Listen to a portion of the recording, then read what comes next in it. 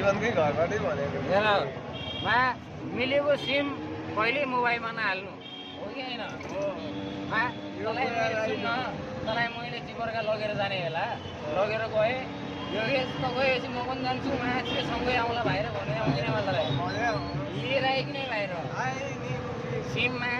दोस्रोको युज नगर्नु SIM फालेको SIM छ भनेपछि टुक्की मोबाइल टुकटुके मोबाइल छ भने चलाउँदा फरक पर्दैन नत्र टच मोबाइल छ भने चाहिँ युज नगर्नु केटा हो मेरो सजेसन है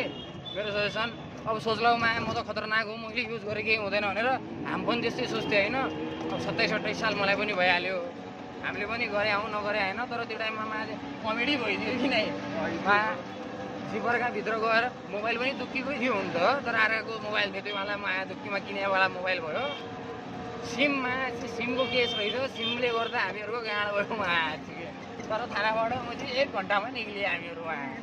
निक्लिएँ कि नै स्कुटीबाट हाम फालिदिएँ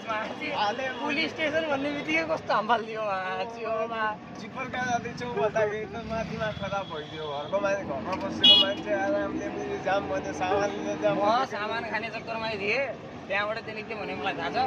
एकजना लिएर मिल्या हो भनेर भन्ने बेला ल अब त्यस्तै हो बाँकी कुरा गर्दै गरौँला